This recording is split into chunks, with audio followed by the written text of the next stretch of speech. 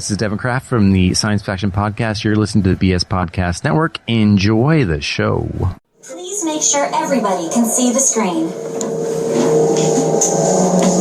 Okay, see the genetic matching rooms. Hi, and welcome to the Avatar program. Soon, you're going to have a chance to undertake an amazing Navi rite of passage.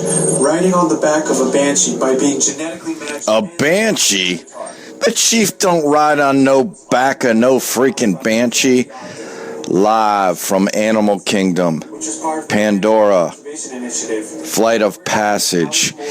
It's Fish Sean Wu, Chief of the Maoican Nation, and you're getting ready to listen to the next episode of the Magic Our Way podcast with my main man Eli, Kevin, Danny, and of course everybody's favorite travel agent. What are you looking at, dude? I'm podcasting. Lee Lastavica. Jumbo, everyone. Harambe. Unfortunately, Banshees live high in rookeries and humans can't get... Banshees? Good grief. Jumbo, everyone. Harambe. And welcome to another edition of the Magic Our Way podcast.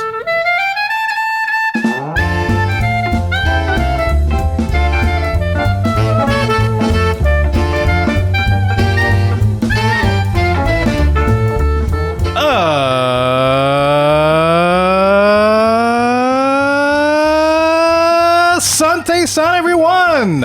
You are listening to the Magic Our Way podcast from New Orleans, Louisiana, in the United States of America. We are Artistic Buffs talking about Disney stuff. www.magicourway.com is where you can find us. My name is Kevin. And I'm Danny. And with us today, we have a resident comic genius from ivorycomics.com, Mr. Eli Ivory. How you doing, sir? Oh, good, man. I was doing the Arsenio Hall fist bump while you were doing that. It's like, man, it pumps me up every time, man. Well, I'm glad it worked, man. I've been feeling a little under the weather, so I wasn't too sure how long I could hold it out. You pulled it off like a champ, dude. Couldn't even tell that you were playing hurt. All the time. Oh, there's a cough. Yeah, there's a cough. Go. Yeah, there you go. The best ones play hurt. And that's right, man. I'm here for the show must go on. There you go. That's what they say in the theater, so you got to keep doing the good. This is your Jordan flu game. Is it? Yeah. Flu game. At least it's not the flu. yeah, well, let's hope not, because he and I are going to Disney in 10 days, so you better not infect us. Yeah, no, I'm not going to infect y'all. Sick. I don't plan. Yeah, I'm not going to kiss y'all or anything. So I appreciate that. Good. Well, what's the point of going on with this? I'm leaving. I mean, you know. Goodbye. Magic out! No, I'm just kidding. I don't feel the love no more, but I don't want to get sick at the same time. I'm confused. You're torn. I am torn. You're torn. You know who else is confused? Lee. Yeah.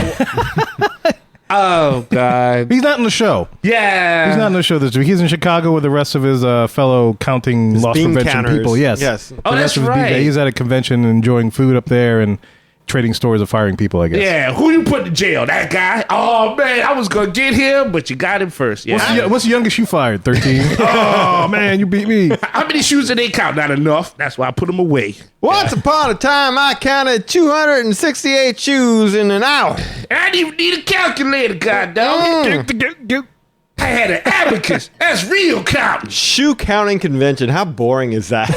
Who's the guest speaker? The Count from Sesame Street? One shoe.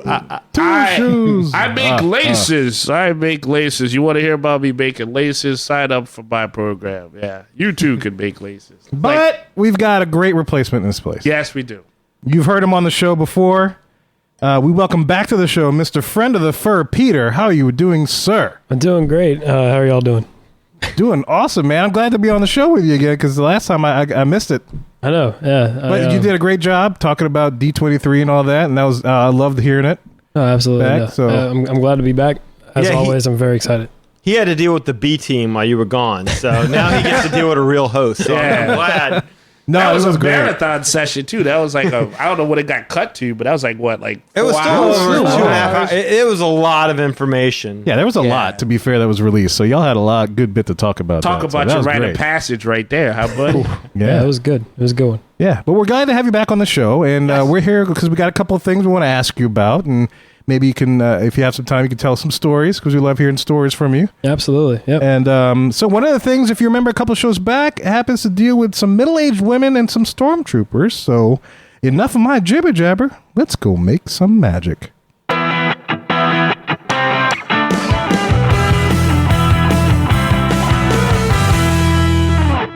here we are in the hub, and we are presenting our special guest, Peter, who will shower us with his stories of working for the mouse. And shower us, you say? Yeah, you know, like a blanket, warm blanket all over your face, neck, and chest. Okay. I had like an R. Kelly thought in my head, but that's... What up, girl? That's what I was thinking. I didn't specify color of shower, but, you know. I'm going to shower on you. Whatever works. Gonna be golden. Drip, drip, drip. Drip, drip, tip, tip. But if you remember, a few shows back, guys, we got an email from Steve Kinsman, and he told us about a story of some stormtroopers. And just to kind of give you the summed up version, basically, I had some stormtroopers interacting with some middle-aged women, and no idea what happened, but she wanted stormtrooper blood, and she was asking for them to be fired, this, that, and the other. She was complaining to one cast member.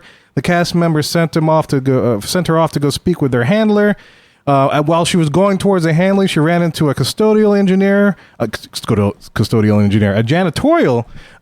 cast member that was wearing a gray shirt. And she mistook the janitorial cast member for the handler and proceeded to chew out the janitorial cast member. Because apparently the stormtroopers were doing their stormtrooper shtick. Yes, their typical shtick, yes. Yes. You know, you rebel, come with me, but that kind of thing. Yeah, move along. And so the middle-aged women found them to be pretty rude. And remember when we read that email, we wanted to ask Peter next time he was on the show, like, how do y'all deal with that? Like what goes on, and like what goes on the other side? We heard the story of what we saw on the surface with the women and the observer. What's going on in backstage, like cast members' heads? Well, but for Peter, like, this is going to be a little bit of a foreign territory, though, right? Well, maybe I'm wrong, because like this is pre-recorded dialogue that the stormtroopers speak, so it's a little unfair for those poor stormtroopers. But have you been in a situation like this? Oh yeah. So there's two things that happen backstage depending on certain situations. When it's something like that, we're cracking up laughing backstage. To be completely honest, we're cracking up laughing. Usually our managers or our coordinators are out front line trying to deal with it. Mm-hmm. But in that situation, we're cracking up laughing. I mean, the thing with the pre-recorded stormtroopers is they can control what they say by their fingers. So when you watch them move, certain combinations of fingers down and up control different lines that they can say. Oh, wow. So That's they can awesome. control a conversation and they can direct it however they want. And so the thing is, though, all the pre-recorded things for a stormtrooper are the same as pre-recorded for Kylo Ren and stuff like that. And it's all like a dark, negative thing. It's not supposed to be like the Mickey pre-recorded stuff. It's supposed to be more serious. And so you have to realize that it's that character and it's that element of that character. And so you're going to be dealing with them being slightly, I guess, quote unquote, rude to you, but it's part of the character.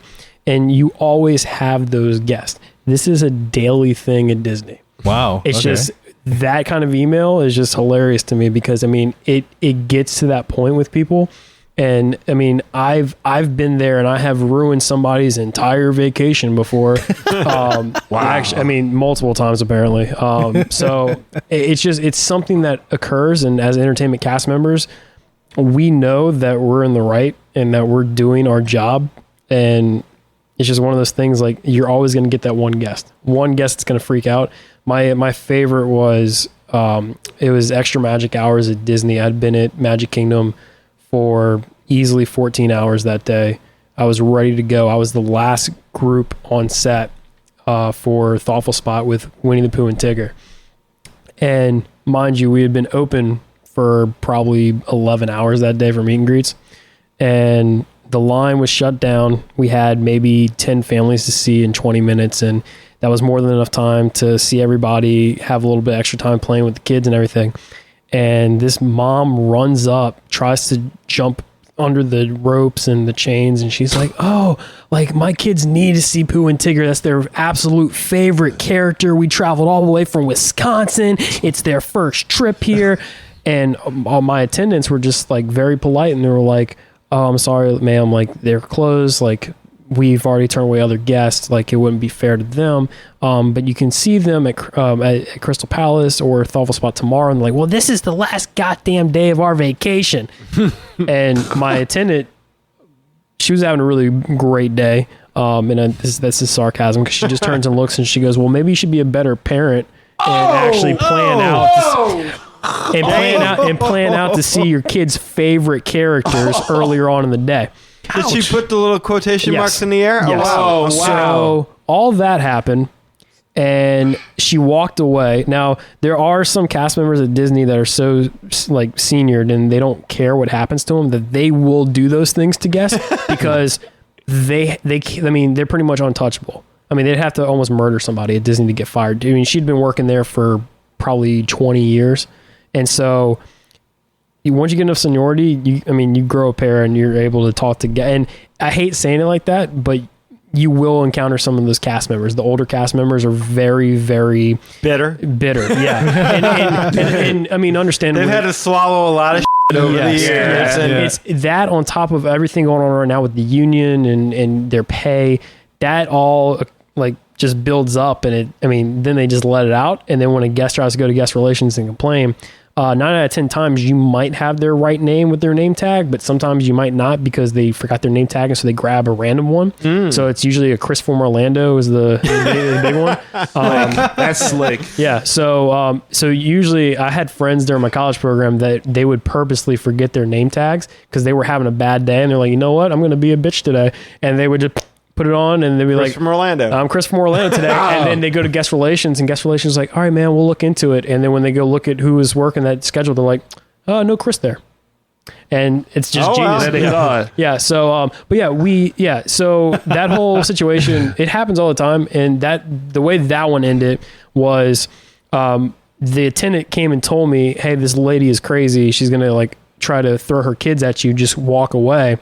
And so I did. I put a lot of trust in my character attendants at Disney, and we came out of the exit gate, and there she was. Hey, Tigger, take a picture with my kids. And I bounced past them, and she goes, F you. And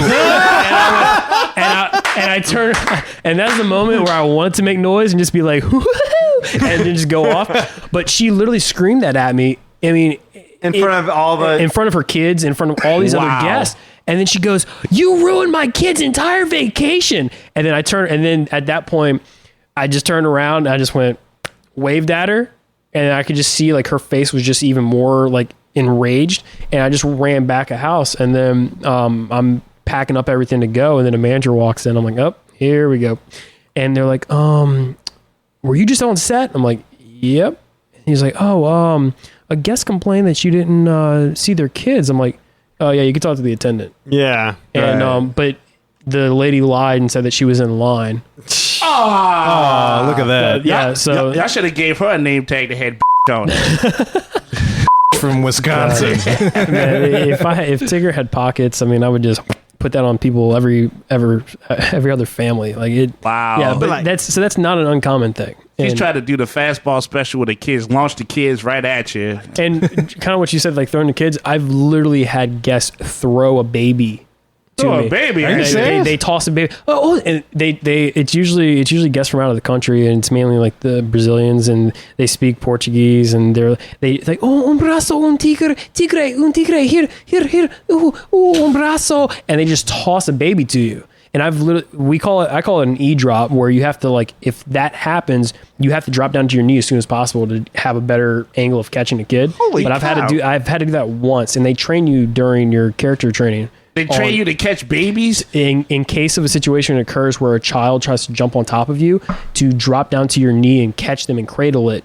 Because if for some reason you drop the baby and it's your fault, right? Jeez, I mean, that's the like best stuff. Baby Benihana or something over there. God dang! Catch the shrimp in your mouth. Hey, you just caught the baby. Yeah, I would never throw my freaking baby. I would agree. You would think. That's crazy. But it's different social, like etiquette from different people from all over the world. I mean, you see.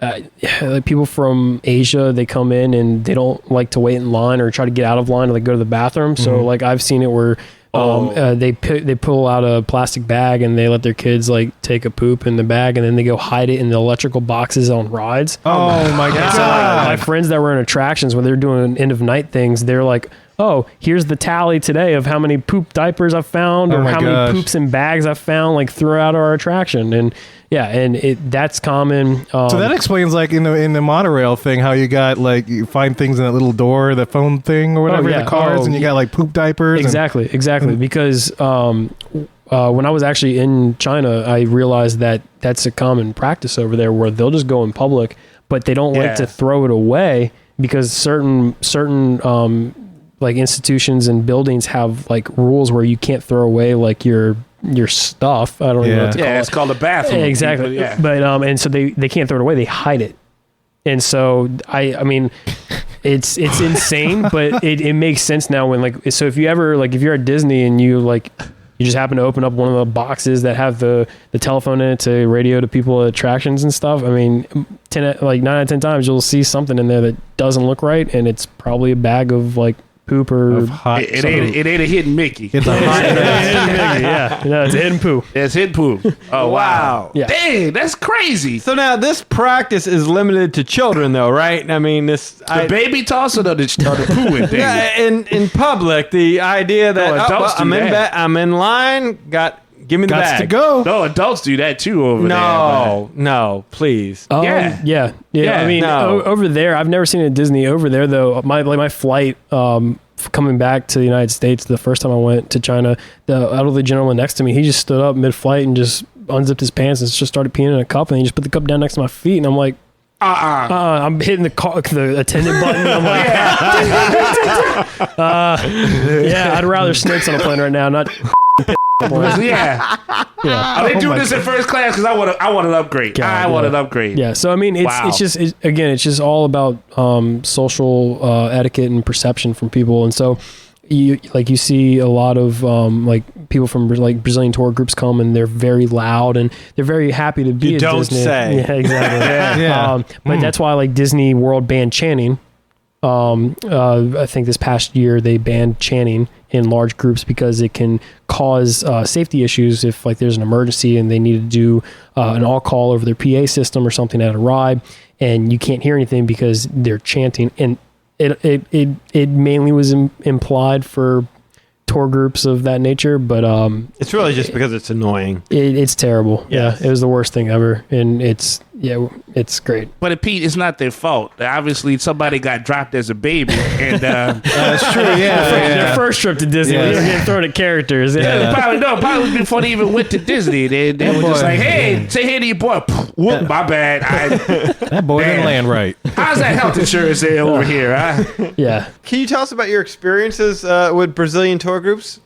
How are they to deal with? Because I did read that little story in that book, Cast Member Confidential, about the Brazilian tour group and how they picked up. Well, I forget what character. They picked up Donald Duck. Yeah, and they at Epcot ran off with him, right? Or and they ran off with him. They were trying to throw Donald Duck over the railing into the the lagoon. Go! Yeah. But I mean that is a thing. That happens with. I mean, I don't like to sound mean about it, but I mean, it's just how they are. They get so excited and they're very passionate about being at Disney, but then they're under that same bubble that some other people think that Disney has, that, oh, this is Disney, you can get away with anything here. Mm-hmm. And then they take that to an extreme. And I mean, I've been, I've had, all right. Trying to kill a cast member. That's a little more an extreme. Yeah, pick him up and throw him. I had a woman at Animal Kingdom at Boat Dock. Brazilian grandmother. She was there with maybe 16 people in her family. And she was so excited to come see Tigger, and she comes and sneaks up in the family picture right next to me. And during the picture, I have my hands out, and I have my hands around everybody in the family, and I can't move my hands because the way that they have their hands on me, I'm like, all right. So I'm locked in, and all of a sudden, I feel a finger go straight into my suit, right into my butt crack. And I clench myself and I try to move and I couldn't move. And I'm like, what the hell is going on? And then I hear, hola, papi. Oh, no. And I'm trying to sit there and like, I'm trying to look and I can't even move my head to look. And then, oh my God, everybody leaves. And then like a couple of women are cracking up laughing. And then they're talking about their grandmother. And I look and the grandmother just has her hand I finally get free. I look, and she has her hand in Tigger's tail hole, and she's literally touching. She's trying to put her finger in my butt crack, and I'm like, "What the fuck is going on?" Trying to cheer you up. And so like I was mortified. That had not happened to me at that point. And I was like this or do I hate this? I was like, do I consider I'm a 90-year-old. I don't know. I was like, do I consider this limited time magic? Like extra magic hours. And so extra magic fingers. Would I be as offended if it wasn't the grandma and the hot young niece? Yeah, exactly. And it but I looked at my attendant, and he was probably like barely 20 years old, if that. He was probably still a kid, like a teenager. He's on his phone. And I signaled to him. I do a stress signal to him, and he's cracking up laughing. He saw it. How does he know that? So he saw it. He saw it happen because he saw me freak out. I mean, I'm sitting there freaking like convulsing. Yeah. But I mean, he was cracking up laughing. And I literally smacked him in the back of the head. I was like, if you ever let that happen again, I'm going to shove my whole fur hand up your ass, and you're going to see how it feels. And then he got really serious, and I was like, that should not happen. No. That should not happen at all. You're right. And oh my God. And so there's a bunch of things that like in my head stemmed from something that happened early that January of 2013, where a girl that was actually in my training class was assaulted as Chipper Dale. She was one of the two at Hollywood Studios, and a guy grabbed her chest. And she's from Utah, very strong Mormon. Yeah. The only men that touch a Mormon girl in their life are their fathers for discipline, and then their husbands once they're married. And so she hyperventilated in costume and pressed charges against this guy, and this guy went to jail.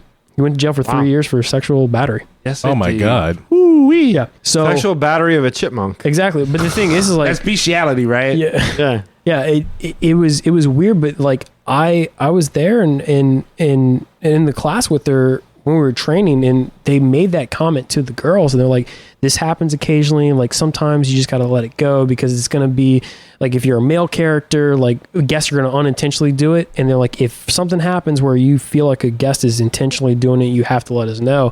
And then she was like taking notes. I'm like, all right, well, I don't think this could ever happen to me. And then it happened to her literally 3 weeks later, and I was like, oh crap, this actually does happen here. And I was just completely blind to it. And I didn't think people were that shady and just that crappy of a person to even think of doing that. But then I realized as my 3 years with Disney were going on, I would have male guests grab my chest as Tigger. Just to make sure you weren't a woman? Just to make sure I was a woman. But what I would do is, if I had my hand around them, I would grab them back to let them know I knew what they were doing. And there was one time at Epcot at UK where they had their like just got engaged thing, and apparently had just proposed to his wife or his girlfriend or whatever in front of the Epcot ball. And so they were doing their rounds with all the characters to like celebrate. And during the picture, he has the nerve to grab my chest, and I looked at him, and he goes, oh, okay. Oh, okay, you're not a girl. Yeah. And so I smacked him in the back of the head, and then I grabbed trying to give him like a freaking titty twister to like prove a point to him.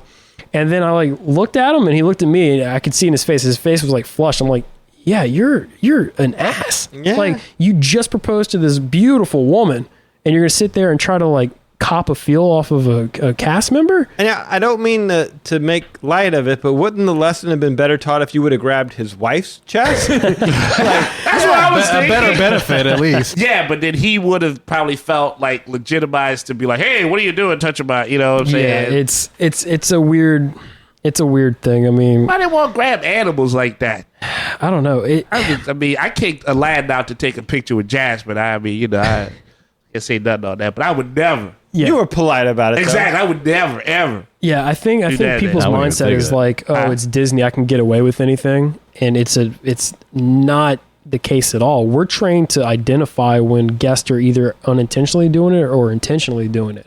So like, y'all do the bad guest, or the bad etiquette to do at Disney. That is one of the worst things you could ever do at Disney, is inappropriately touch a character, because we're trained to deal with it, and we'll deal with it in the quickest way possible.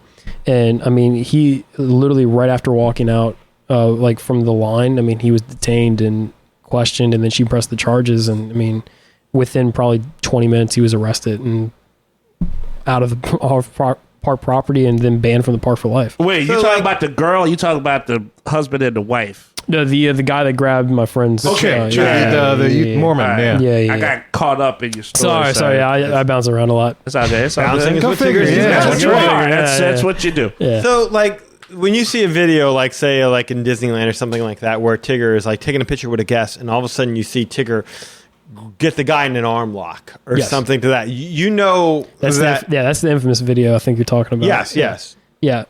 So that cast member, I actually met him. He still works there at Disney, even though he was fired or terminated. I didn't know that. Yeah. So they went through the whole like lawsuit and everything, and he went into court. They tried dropping charges, and the family wouldn't drop the charges or whatever. But he's still employed at Disney and still at Magic Kingdom. He's not with entertainment anymore. I'm not gonna say what he does, but he's still there. Or as of 2016, he was still there. So I talked to him about it, and being with Tigger for so long, I knew the different points of the costume and where entryways were to it. And I knew, watching the video, I knew what was happening. That kid was really trying to unclip and unzip him from the back of the neck. Yeah. And it was, again, the positioning of the arms. One of the things they train us to do is make sure that you can always move your arms and your hands are always visible, because you never want to have a guest say that, oh, you touched them inappropriately or anything. So my arms are always fully extended out wide, and hands are always wide open towards the camera. But the way his hand was positioned, the kid had his arm over his arm. And so when he tried to go maneuver it, the kid was leaning on him and fell into his arm. And then when he adjusted, it looked like he was in a headlock or whatever, or that Tigger had punched him. I think it was the actual video.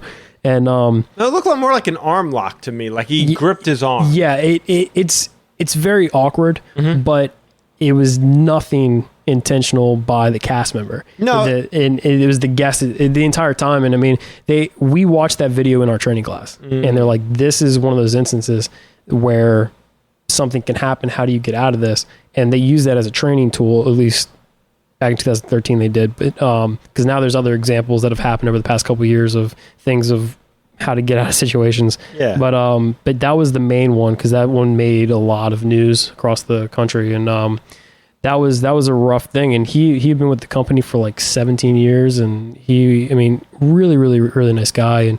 And it's just one of those unfortunate things. And then it becomes we have it on video, and my son said he didn't do anything. Well, your son's a little Yeah. I mean, let's be honest here. And yeah, it's just one of those things. I mean, we deal with it, and you have to deal with it the best way possible, and just hope that, maybe your manager that day is going to have your back on it. Because sometimes management, they don't care. They're just, Well, he gets paid. That's across the board, most businesses. Yeah, I mean, and the way I'm not sure how the management system is now, but like I had one manager that would be in charge of maybe 80 entertainers and performers for one shift. And so if they were having a really bad day and they were dealing with like 20 other like small issues, and then that came up, you were gone. I mean, there was no way they were going to fight for you on that. So, but I had a lot of really great managers, and I know I built some really great relationships with a few of them. And I know if I ever was in that kind of situation, that I would have probably had my back. Then a couple other managers would just be like, yeah, you're going.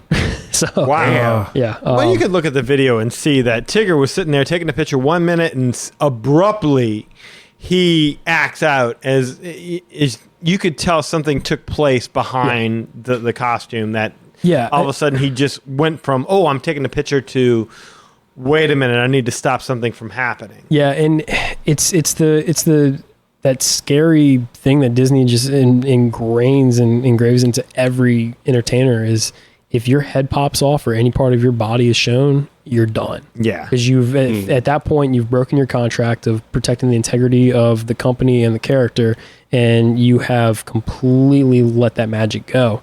And that was always my biggest fear.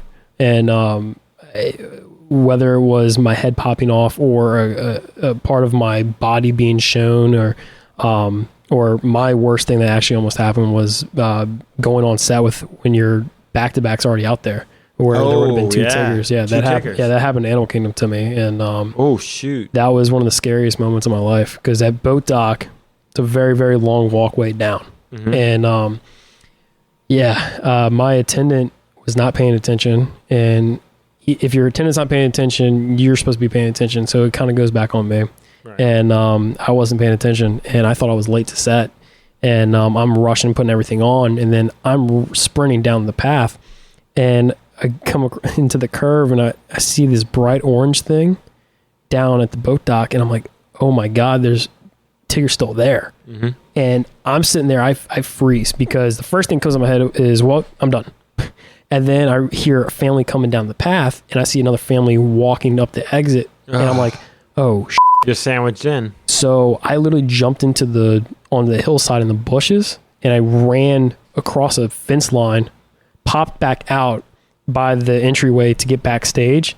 And I mean, I'm pretty sure like I ripped a hole in the suit, and like, but I Better that though. Oh yeah, I mean, I tore my head off, and I look at my attendant, I was like, "You're a dick," and like, I mean, I had leaves and crap on me, and they're like, "What did you do?" I'm like, I just had to avoid 3 families because I thought you told me that my back-to-back was already here on break somewhere. And he's like, oh, my bad. That's it. Oh, jeez. Yeah. So, I mean, Whatevs. yeah. Sorry. Yeah. So that was pretty great. Yeah. Wow, man. That's crazy. Let me ask you this. Like, okay, so you played, obviously, Tigger. He's a friend of. I'm sorry. Tigger. Yeah, that's a better way to put it. Yes. I'm sorry. Do you think the characters who have to wear the costumes have it a bit easier or worse than the face characters who can actually communicate? There's pros and cons with everything. The one thing though is the face characters, princesses and princes, they have to do, I think, at least a month in fur training before they can even go do their character. So if they get pulled at an audition because they look like a character they're looking for, they still have to go into fur training. It's just to help with their nonverbal communication, and then also with their animation. And then they go into their classes to go learn how to do their face talking and stuff like that. Me personally, in seeing both sides of it, I had a lot of friends that were face characters. I think fur characters have it easier. Obviously, not with like the temperature and the visibility thing. That sucks sometimes. But the thing with face characters is they have to learn every aspect of their character down to like their character's middle name, what their prince's brother's name is, what their dog's name is, because there's always going to be people that come into the park, and I hate saying it like this, but they try to confuse the characters to prove that the magic, they're not really who they are, which, I mean, it's not rocket science. They're actors. Yes. We're actors. We're all actors out there. But if you're going to come purposely to try to ruin the image and this magic for kids in line, I've literally seen it where I was at Merida's meet and greet, and this girl just started screaming, "She's not the real Merida. She doesn't know who so-and-so from the movie is." I'm like, are you kidding me? This line is 1 hour and 45 minutes long, and there's like 30 little kids right here listening to what you're saying. It's like, it's obvious. Parents know. The kids don't. Don't ruin it for the kids. Yeah. And so from that was a parent who did that. Yeah, that was a grown woman. That was a grown woman that did that. That's like your story, Danny. Yes. Yeah, and it just, so my I have such a high respect for the face characters, and because they have to know their storyline, because they have to answer pretty much any question. It's the same thing as a regular cast member. A regular cast member can't say they don't know or no to any guest. They have to figure out an answer for you with any question that you like give to them. Same thing with face characters. They can't just like, oh yeah, I'll talk to you later. They have to find a way to communicate whatever your question is to them, no matter how difficult it is. And then they have to carry on a conversation, and they have to make it unique with every family they see. So if they're out there for 1 hour and a half and they have 30 or 40 families in there, they're making a different storyline for every single family. Yeah. and then making sure that it stays on track. It pertains to their story. It doesn't go outside of their realm, because you can't have a kid going like, hey, do you know how to like whip a nay-nay?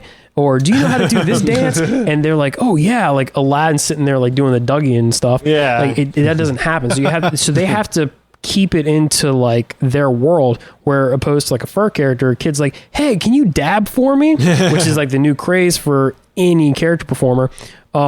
It's you're not supposed to at Disney. And so characters like, oh, well, that's where the character attendant steps in. Oh, Tigger doesn't know how to dab. Christopher Robin hasn't taught him that yet. And the kid's like, oh, well, let me teach him. Then that opens the door for the character to dab or do their dance or whatever. Nice. Because then a guest is teaching the character, and then the character is learning. And that's the loophole around everything. And that's what Disney has taught us as entertainers is, it doesn't exist in Disney's world, but if a guest shows you how to do it, then you can do it. And so like during my college program, Gangnam Style was the big thing. And so there's actually a video. If you go to YouTube. Don't tell me Tigger is Gangnam Style. There is. It's about 11 seconds long. I have probably one of the most amazing PhotoPass photographers. His name's Kurt.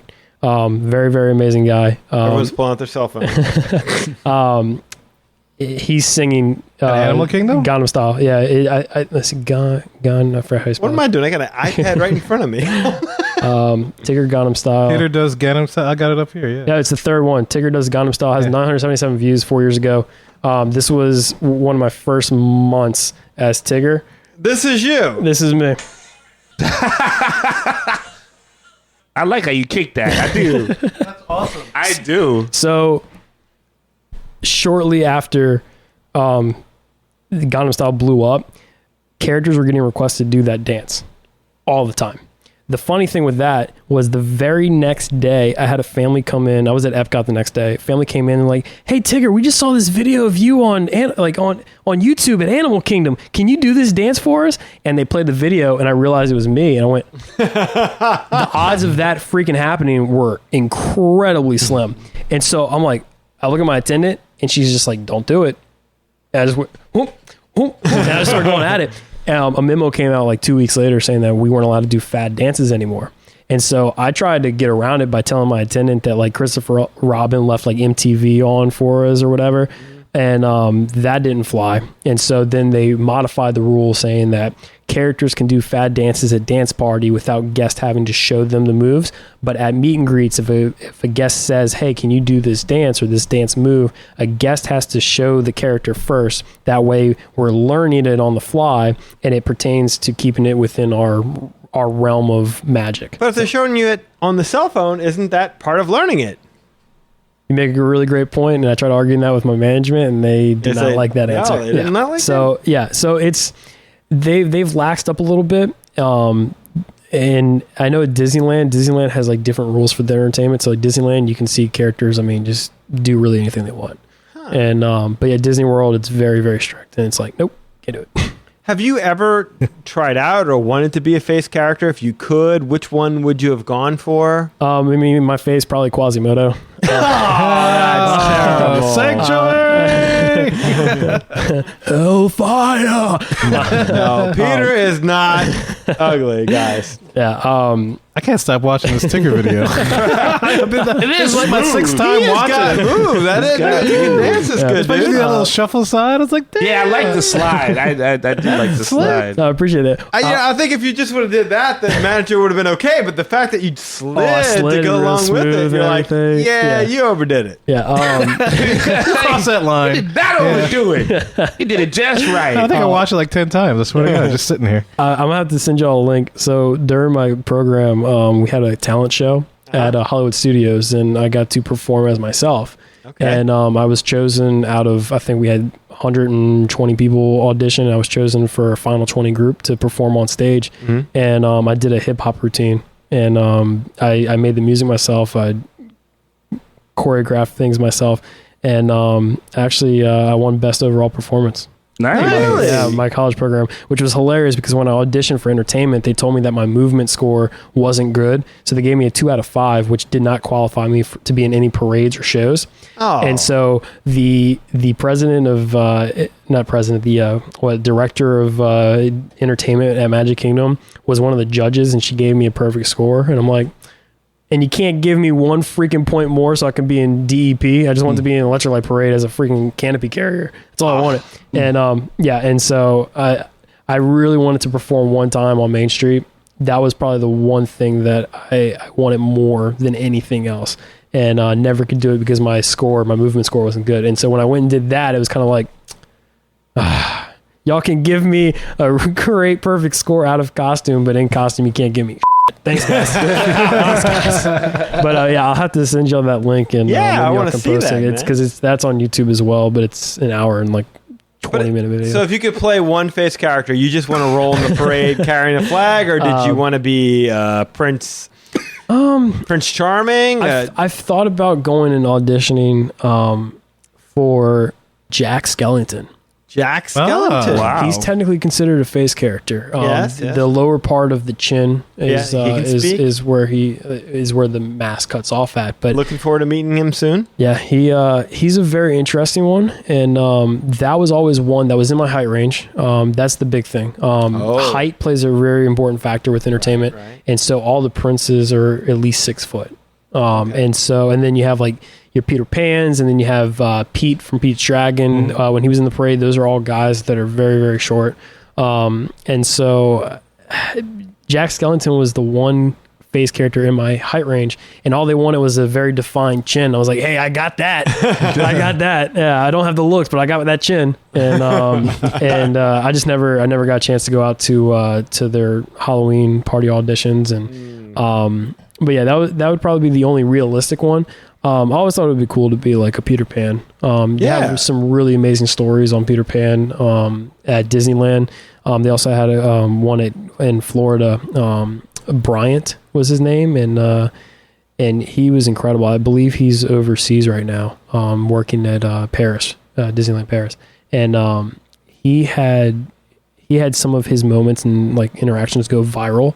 And there's a very, very great one. I mean, it's great and it's sad at the same time, about a girl who was cutting herself and she was trying to commit suicide. Holy cow! And he sees her scars during a meet and greet, and she was dressed as Peter Pan, and he made a comment along the lines of, "Oh, I see your battle scars there," and then leaned in and whispered into her ear that she was too beautiful to hurt herself.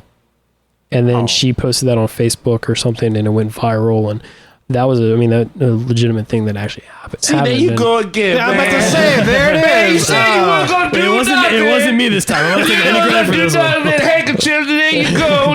Oh man, this one was not me. This was not me. This is I'm just reiterating the story. You can go online and find this story, and it's incredible. And then it starts a whole chain of like, oh my god, like this is the same Peter Pan that did this interaction for me, and so and so. And I'm a big sucker for those cast member stories, because I know that there's not that many cast members that really appreciate like their art and what they do, or they feel like the guests don't appreciate what they do. And so when I hear that and the passion, I see that magic that you can actually create, that's the most amazing thing ever. And so I am a sucker for seeing those and hearing those stories, because I mean that at the end of the day was my biggest goal. I wanted to be able to leave a family going, holy cow, like that Tigger interaction was the greatest thing in my life. And I would have guests that would tell me, like, one of my favorite things, I wasn't even being with Tigger, I was with Green Army Man at Hollywood Studios. And Green Army Man interactions at Hollywood Studios are one of the most amazing shifts that you could ever pick up, because they don't have rules. I mean, the only rule is you stay in Pixar Square, but then you don't have to start a line to take pictures. You can autograph all you want, or little as you want, but you are a free roaming character, and your captain or your attendant is standing in one spot, and they're just keeping an eye on you. You can go do whatever you want. So I would do scavenger hunts. I would do boot camps. I would do all these things. And I remember this couple came up to me after a play with their son, and they said, we just want to let you know, we think Walt would be really proud of you. Wow. And as a cast member, that's probably one of the most incredible compliments you could ever get. Ultimate. And it really stuck with me, and I really wanted to make sure that I kept that going and doing it for Walt. And that's what a lot of cast members start like losing that, like, and they're like, oh, I'm in it for the money, or I'm in it for the free tickets and the perks and stuff. But it's like when you find those cast members that are very passionate about what they do and they create those moments for guests, they're trying to fulfill what Walt's vision was for Disney. Mm-hmm. And that was what every single day I woke up, I did that. And I was like, yeah, this is gonna be for you, Walt. Got you. And yeah, and so and that's just honesty. And the castle show that they had before, they just changed it recently. One of the last images on the screen was Walt Disney, black and white, saying, I hope we never lose this on sight of one thing. That was, I'll start with a mouse. I would cry every time. Every single time, because it was just such a powerful thing. And it's like, you realize, like, Disneyland, Disney World, all the Disney parks around the world, and the movies and the stories and everything that Disney's done started with that one guy. Mm-hmm. And his vision is just incredible. And yeah, so I'm a sucker for those kind of stories and for anything with Walt Disney related. And yeah. Oh yeah, of course. Absolutely, yeah. That's why we have handkerchiefs on the table when you show up. I know, man. we booked beer this week. We need more Kleenex, guys. Yeah. Have you ever wanted to, like, you see roles like, say, like at the Adventurers Club, what it used to be, where people were a little bit more interactive, or Hollywood Studios, Citizens of Hollywood, or Magic Kingdom? Like, have you ever wanted to go for any of those roles? I've thought about it. I wanted to go and be the mayor of Main Street. Yeah. But that's the Dapper Dans. Dapper Dans, you got to have a good voice for that. Okay. And, I had a buddy that auditioned for Dapper Dans. He's an incredible performer. And shout out to Christian. He's actually performing now for Finding Nemo musical at Animal Kingdom. Oh, wow. Good for him. He's crushed. He has a really great role in that show. That is awesome. He's crushing it as Crush. Yeah, exactly. He's amazing. He was actually my character attendant during my college program. So he's progressed from that to... Not the one you called a dick, right? No, that's what I was thinking. No. Christian was amazing. We worked at Animal Kingdom together, and he was a very incredible person, very sweet guy. And so he wanted to be a Dapper Dan. That was his like end goal. Auditioned for Dapper Dan, went back to a final callback and didn't make it. And then they actually recommended him for like Finding Nemo and got that show. And now he's an equity performer for them, and he's crushed, and it's great. But yeah, I don't have the voice for that. I mean, the most I've ever thought about doing was like the voice acting. I think we talked about last time, and that's probably the most I'd go. I thought it would be cool to go back and like retire and go try to be the mayor of Main Street, but that, I mean, the guy that's doing it right now, he's been with the company since opening day, and it's I don't think he's ever going to go away. I don't think he's missed a day. No, he's always the same mayor. Yeah, it is. Yeah, and he's the same as the guy at Grand Floridian on the piano, or not the piano. The guy sits outside and the greeter. The greeter. Yeah. Can't think of his name right now, but the same exact principle is there every single day. I mean, has so much seniority that like even like Bob Iger's like, oh yeah, okay, well, you could probably own this company one day. Like, you've been working here 3 times longer than I have. Like, it's insane. One of our favorite performers is without a doubt Guano Joe. And Guano Joe works over at the Animal Kingdom. He does the Flights of Wonder show. We talk about him all the time, but there was one time we went there, and it was the wrong Guano Joe. It was a different Guano Joe. Whatever, we came on his off day, I guess. I mean, he was there later on, but we saw the wrong Guano Joe. And the Guano Joe we saw also performed at the Adventurers Club. Because I remember this guy. I mean, he's been around. He's done a couple of things. But I was kind of wondering about that. I mean, are you just a contract player? Are you somebody who is, just basically on staff, and it's like, look, we need you. Now you're you're Guano Joe. Tomorrow you're going to be a citizen of Main Street. I mean, I was kind of curious how that worked. Yeah, it just depends on the role.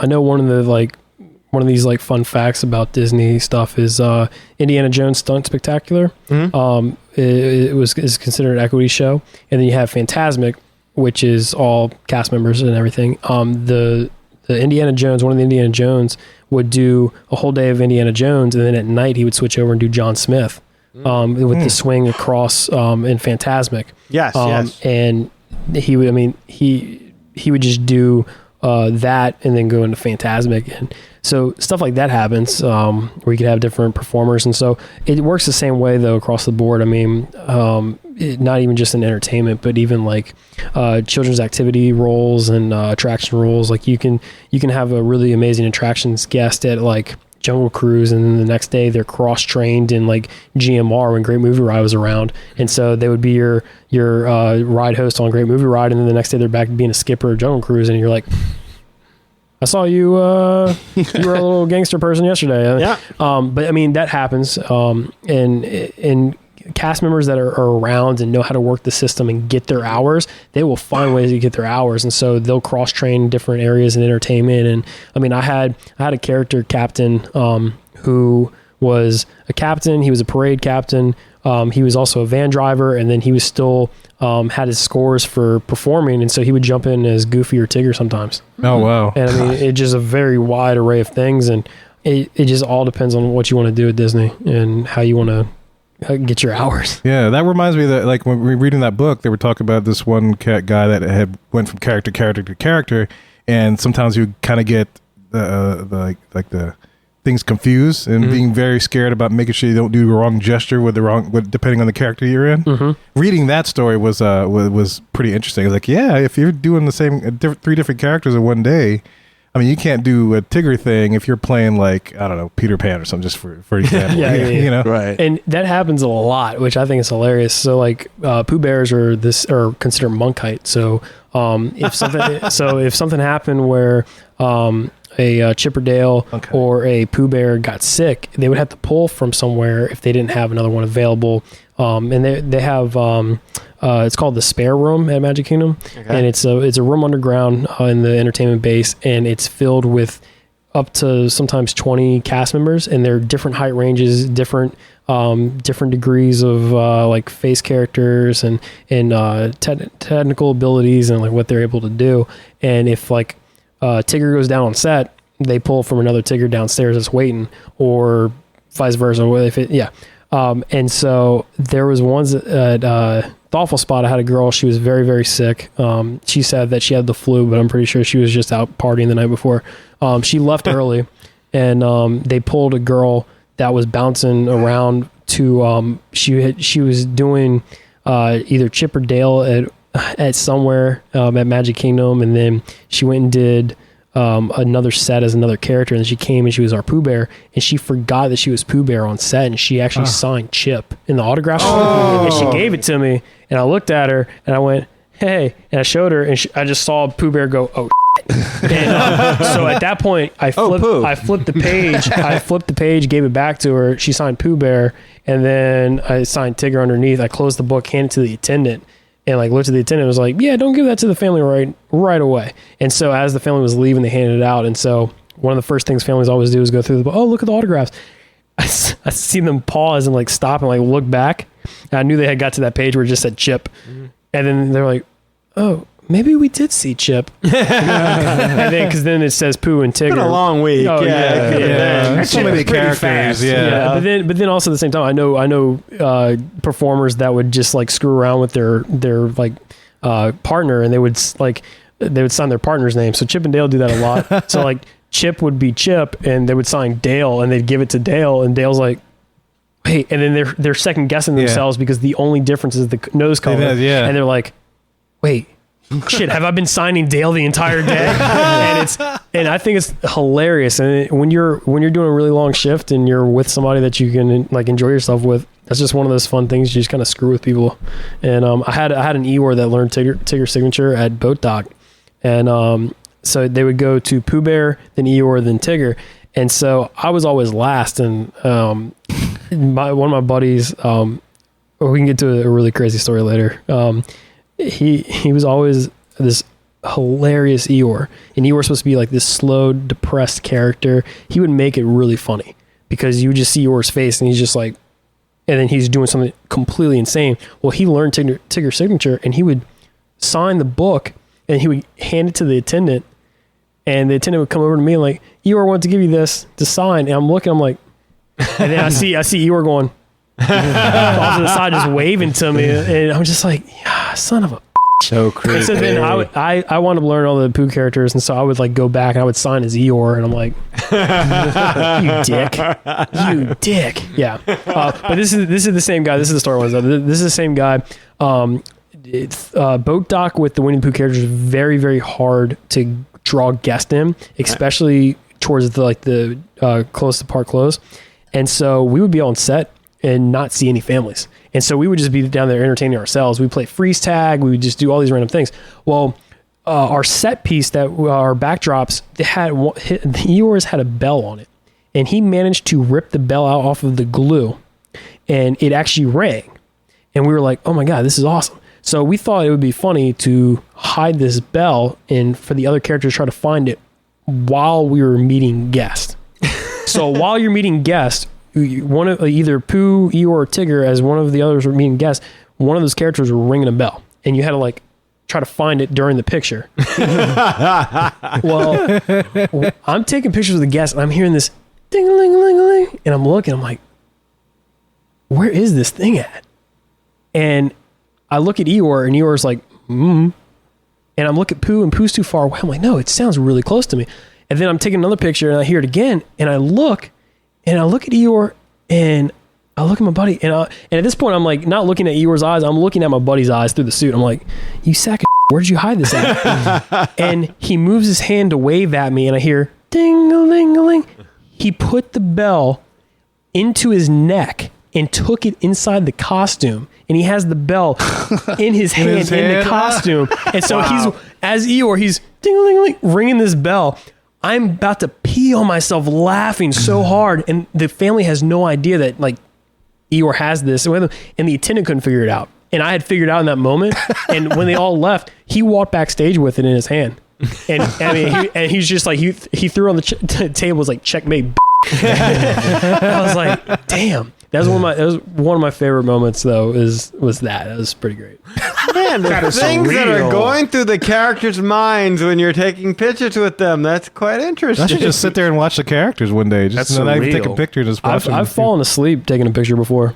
No, really? Yeah, standing up. Yeah, standing up. I had my weight on the brother and sister, and I just passed out. And I hear, "Oh my God, Tigger's leaning on me." I went, "Oh." I actually fell asleep on you, sorry. But I mean, you can't tell because I mean, yeah, you look like smiling in the suit. Yeah. Like thanks for keeping me up. Yeah, that's what you tell.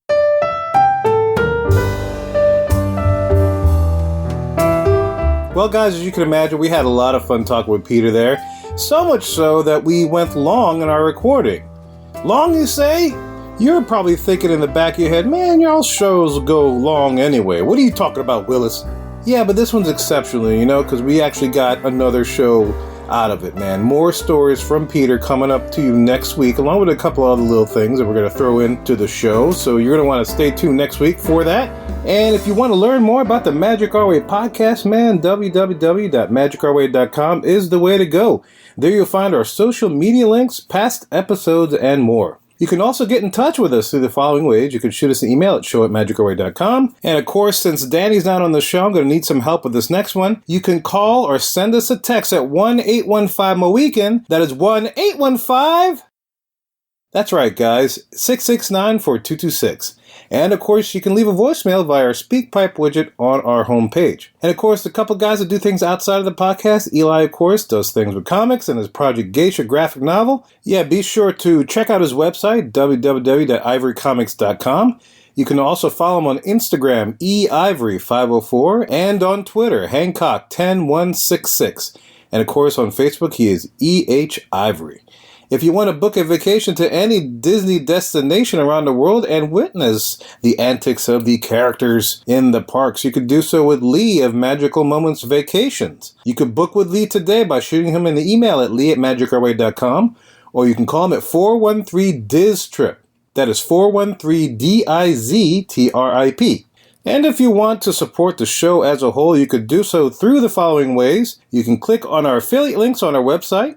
You can also buy some beignets and support the show that way. You can represent the Mohican Nation wherever you go by purchasing some clothing from our shop. And of course, the easiest way to support us is to leave a rating and a review in iTunes or wherever you download the show, whether it is Stitcher, Blueberry, Google Play, etc. And remember that we are part of the BS Podcast Network, whose motto is, we speak our minds so you don't have to. So be sure to support our partners in podcasting over there. We thank you for taking the time out of your day to listen to us and to making us a part of your Disney fan life. We appreciate you and love hearing from our listeners. All opinions are welcome on the Magic Our Way podcast, so get in touch with us today. So Mohicans, ladies and gentlemen, we say Kwaherini for now. My name is Kevin, and on behalf of Danny, Magic out.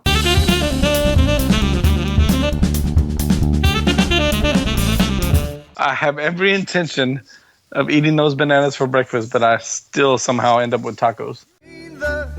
The necessities of Mother Nature's recipe. Hey guys, Hey. you hear that? Yeah. Yes. You know what that is? Tony Bennett. It is Tony Bennett. Oh, man. Italians recognizing Italian. You know what Hey, song, he likes that. What song is he singing? Well, the song that Lee couldn't sing when he was trying to do it for the Navigator. Oh, wow. Hey, but do you know what I'm listening it on? This is Mad Hatter Radio, which is a online radio station of Disney fan stuff that we have partnered up with, man. How you like that? Partners here on the Gulf Coast, Magic Our Way and Mad Hatter Radio. Oh, creative buffs on radio stuff. That's I like right. it. Yeah, it's good. It's another outlet.